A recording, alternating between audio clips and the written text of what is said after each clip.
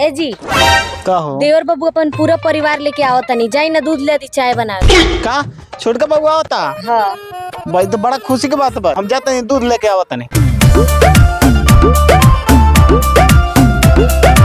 मेरा रू घरे आगनी सब भैया भाभी देख के कितना खुश होइलो आज।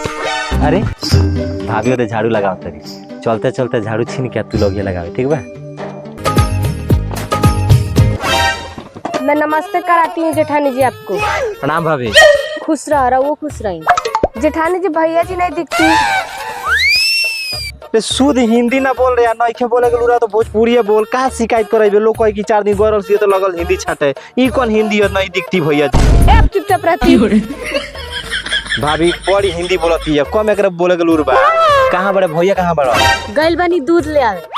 क्या भैया जी मुल्क लाने गए? अरे अब इंग्लिशो बोला लगली मुल्क ना होला मिल्क होला मिल्क। ए चुपचाप रहिए। साफ ना कान कटवा देबू तू। ए बाबू रोवा 4 महीने में बड़ा नीमन इंग्लिश हिंदी बोले के सिखा देले बानी।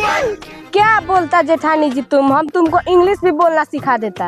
अभी कौन हिंदी हो गई रे फिर बोल रहे तुम चुपचाप रहती। हमारा नहीं के सीखे के तार इंग्लिश हिंदी अपन इंग्लिश हिंदी अपने लगे रखो। बाबू आ गइलो प्रणाम भैया। खुश रह भैया नमस्ते कर। आप ये लोटा में क्या लेती? दूध है दूध। आपके यहाँ लोटा में दूध मिलती? हाँ हमारे यहाँ तो लोटे में दूध मिलेला। मेरे यहाँ पाकिटा में दूध मिलती। ई पकीटा का रे फिर आप बोले चुप रहती तुम। पहले इज्जत हक भसुर के सामने उघाड़ देता रे कौन। बाबू तू तो 2-4 महीने में अपना मेहरारू के बाहर ले जाके हिंदी बोले के सिखा दलो। तू तो शॉर्ट हिंदी बोलत है। 2-4 महीना और ही रखले रहती तब तो और ही हिंदी इंग्लिश बोली की तरह ना समझ में आई। सही कहत रहा। चलो घर चलो। ए मेहरारू ले जा चाय बनाओ बाबू थकल हुई ये लोग के चाय पियावो लो।